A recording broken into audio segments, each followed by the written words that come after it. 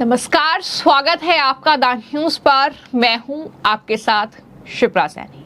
लोकसभा चुनाव नतीजों के बाद राजस्थान में कांग्रेस और आरएलपी में जबरदस्त फूट देखने को मिल रही है। दरअसल आरएलपी के जो नवनिर्वाचित सांसद हैं हनुमान बेनीवाल, उन्होंने कांग्रेस पार्टी के खिलाफ मोर्चा खोल दिया है और ये तस्वीरें चुनाव नतीजे आने के ठीक बाद से नजर आ रही हैं।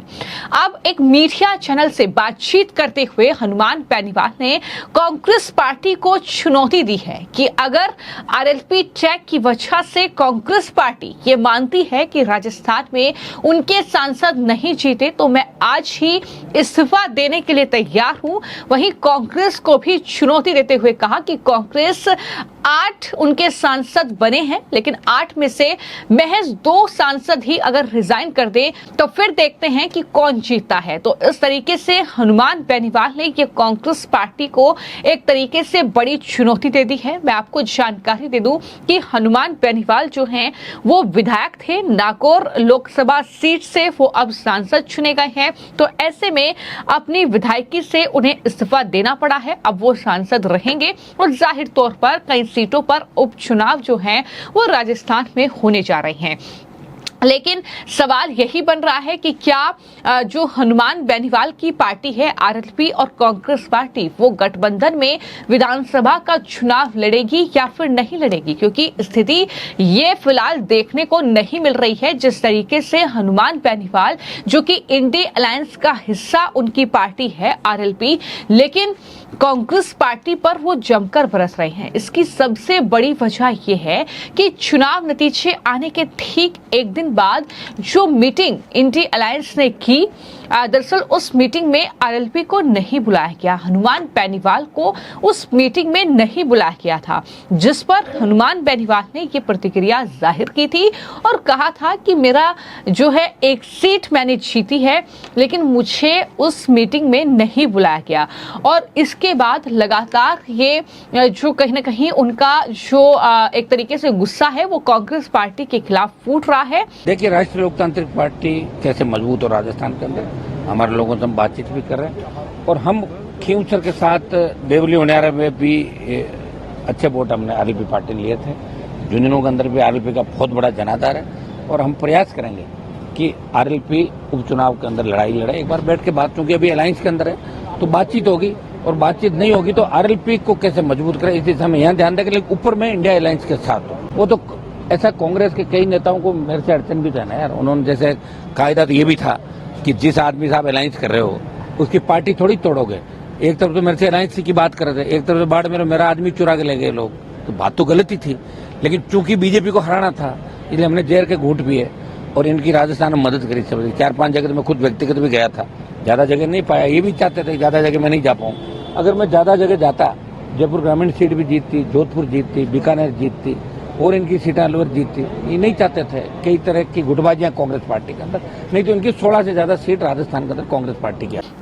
और सवाल अब यह है कि हनुमान बेनीवाल ने जो चुनौती कांग्रेस पार्टी को दी है, क्या कांग्रेस वो चुनौती स्वीकार करेगी? क्योंकि एक तरफ कांग्रेस पार्टी ये मानने के लिए तैयार नहीं है कि किसी भी सीट पर वो हनुमान बेनीवाल की वजह से चुनाव जीती है।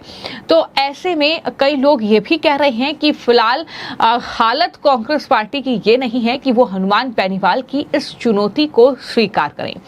मैं आपको जानकारी दे दूं कि पंजाब केसरी की तरफ से ये सवाल जो है एक इंटरव्यू में हनुमान बेनीवाल से किया गया था, जिसमें रिपोर्टर ने ये सवाल किया था कि बाड़मेर जैसलमेर लोकसभा सीट से कांग्रेस के टिकट पर जो सांसद बने हैं उमेदराम बेनीवाल, जो आरएलपी और हनुमान बेनीवाल की वजह से जीते हैं, ये लगातार आरएलपी के लोग कह रहे हैं।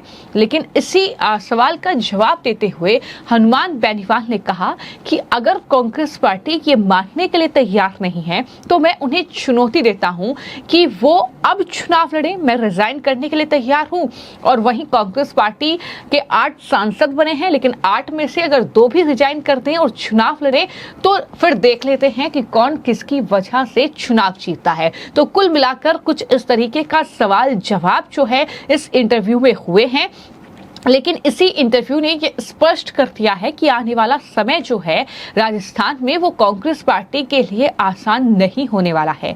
दरअसल ये बड़ी जो खबर है वो ये है कि राजस्थान में 5 कुल विधायक हैं विपक्ष के जो सांसद बने हैं और 5 विधायक ने अपने पद से इस्तीफा दे दिया है। इन सभी 5 सीटों पर उपचुनाव होगा।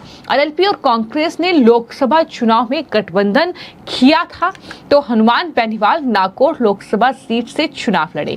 हनुमान बेनीवाल ने बीजेपी की ज्योति मिर्धा को चुनाव हराकर वो सांसद बने और उन्होंने विधायक पद से इस्तीफा दे दिया है। तो जाहिर बात है कि इस्तीफा देने के बाद खीवसर जो उनकी विधानसभा सीट है वो खाली हो गई है, तो ऐसे में अब वहां पर उपचुनाव होगा। लेकिन जब हनुमान बेनीवाल से सवाल ये किया गया कि क्या विधानसभा उपचुनाव में आरएलपी और कांग्रेस का गठबंधन होगा या अकेले वो चुनाव लड़ेंगे, तो इस पर हनुमान बेनीवाल ने खुलकर अपना पक्ष रखा है और 18 जून को मीडिया से बातचीत करते हुए उन्होंने कहा कि खीवसर विधानसभा सीट से आरएलपी ही चुनाव लड़ेगी, क्योंकि उपचुनाव में खीवसर की जनता आरएलपी को ही चुना था उन्होंने और एक बार फिर से वो आरएलपी को ही चुनेगी।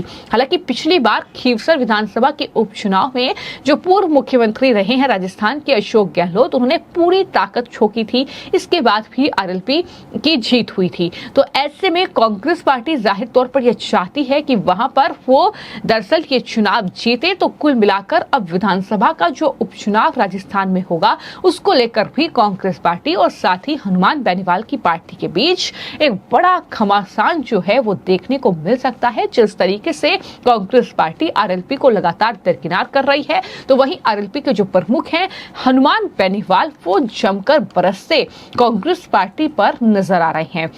उन्होंने ये भी कहा कि हमारा गठबंधन दिल्ली में है, स्टेट के चुनाव में क्या होगा इस पर हम बात करेंगे। उन्होंने कहा कि मैं तो ये चाहता हूं कि खीवसर ही नहीं अन्य सीटों पर भी आरएलपी का ही उम्मीदवार उतरे। यानी हनुमान बेनीवाल ये चाहते हैं कि अब आरएलपी जो है वो अकेले अपने दम पर चुनाव लड़े। जाहिर तौर पर उपचुनाव अकेला लड़ना आरएलपी की इच्छा है, लेकिन कांग्रेस की तरफ से अभी तक इस पर कोई बयान सामने नहीं आया है। 5 विधानसभा सीटों पर अगर उपचुनाव की बात करें तो उसमें खीवसर है। हनुमान बेनीवाल जहां से विधायक थे उन्होंने इस्तीफा दिया है। 84 झुंझुनू, देवली, उनियारा, दौसा, तो ये तमाम विधानसभा सीट हैं। जैसा कि मैंने बताया कि खीवसर विधानसभा सीट पर हनुमान बेनीवाल 4 बार विधायक बने हैं और ये जाट बहुल्य सीट मानी जाती है। और इस तरीके से हर सीट की अगर बात की जाए, झुंझुनू की अगर बात की जाए तो वो कांग्रेस की अपनी परंपरागत सीट रही है। देवली, उनियारा की बात की जाए, दौसा सीट की बात की जाए तो मीना और गुज्जर बहुल्य सीट पर कांग्रेस की जीत पक्की मानी जा रही है। इन सीटों पर सचिन पायलट का काफी प्रभाव है। तो ऐसे में जाहिर तौर पर देखना दिलचस्प होगा कि ये जो 5 सीटें हैं, इन 5 सीटों पर कौन कैसे कब क्या चुनाव लड़ता है, क्योंकि फिलहाल हनुमान बेनीवाल जो हैं उनके तेवर बेहद अलग नजर आ रहे हैं, जो कि कांग्रेस पार्टी को पूरी तरीके से घेरते हुए दिखाई दे रहे हैं और इच्छा जाहिर कर रहे हैं कि आरएलपी अब इन उपचुनाव में अकेले अपने दम पर चुनाव लड़ेगी और कई सीटें जीतेगी। ये दावा उनका है, लेकिन फिलहाल जो है वो राजस्थान के उपचुनाव पर हमारी नजरें जरूर रहेंगी कि वहां पर बीजेपी की अगर बात की जाए तो 25 लोकसभा सीटों पर चुनाव लड़ी थी और 14 सीटें अपने नाम की है। वहीं कांग्रेस पार्टी 22 सीटों पर चुनाव लड़ी थी, 8 सीटें उन्होंने अपने नाम की है। इसके अलावा अगर आरएलपी की बात की जाए तो 1 सीट उन्होंने अपने खाते में ली है। तो इस तरीके से ये चुनाव नतीजे हैं, लेकिन कुल मिलाकर फिलहाल हनुमान बेनीवाल के बदलते तेवर क्या कांग्रेस पार्टी को राजस्थान में ले डूबेंगे, ये कहीं ना कहीं अब बड़ा सवाल बन रहा है। लेकिन इसी के साथ पिछले कुछ दिनों से चर्चा इस बात को लेकर भी चल रही है कि क्या हनुमान बेनीवाल जो है वो अपना रुख बदल सकते हैं। तो इसको लेकर भी लगातार सस्पेंस बना हुआ है। हो सकता है कि हनुमान बेनीवाल जो है एनडीए का हिस्सा आने वाले वक्त में बन जाए, तो ऐसे में डबल झटका ये कांग्रेस पार्टी के लिए चुनाव से पहले हो सकता है। ऐसी भी तस्वीरें बन सकती हैं राजस्थान में, जिसके संकेत हनुमान बेनीवाल फिलहाल देते नजर आ रहे हैं। फिलहाल इस पूरे मामले को लेकर आपकी क्या राय है, हमें कमेंट बॉक्स में जरूर लिखें। धन्यवाद।